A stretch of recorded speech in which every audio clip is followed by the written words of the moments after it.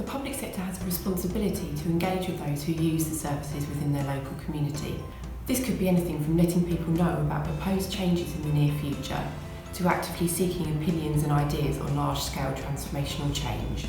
Whatever type or level of engagement you're planning, there are some key issues to consider to get the most out of your engagement process. It's important to properly plan any engagement or consultation activities so that you can be clear on what you want to achieve and how you're going to do it. Developing an engagement plan can help you focus on what your outcomes should be, what resources you have available, what activities you'll carry out to meet your objectives, and how everything will work together to make sure your messaging is consistent and easy to understand. Think about your target audience. How can you explain what you're doing or planning to do in a way that makes sense to them? What aspects of your proposal are likely to elicit the biggest response? And how can you make sure that you reach everyone you need to? If you're planning to hold consultation events, it's important to effectively publicise the times, dates and venues. When planning the events, take into account the accessibility of venues and the times of day that you'll hold the events. Will it be a set time with a presentation and time for questions and answers, or will it be better to be a drop-in session with a rolling presentation?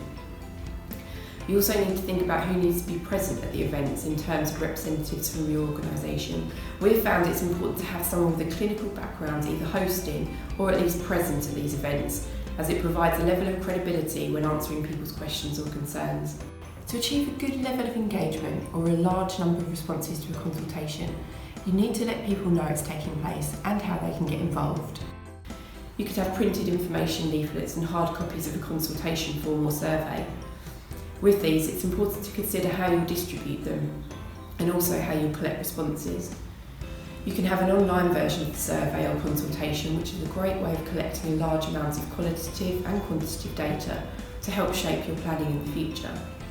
They allow people to take part at a time and a place that suits them, but it's important to have an alternative way of taking part, as not everyone is comfortable with using a computer.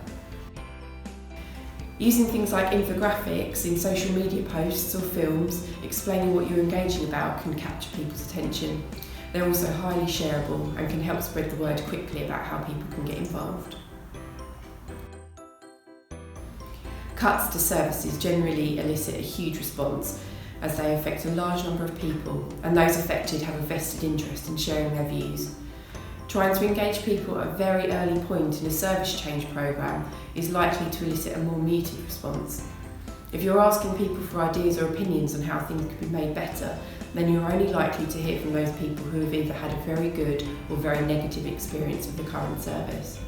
It's important to be realistic about how many people are likely to get involved, but still appreciate that the views you do collect are those of your local community and can help give you an idea about what local people think and feel.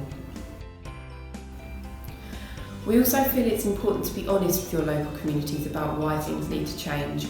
Money will only go so far, but we want to hear from local communities as to how best we can change things that will serve our communities most effectively.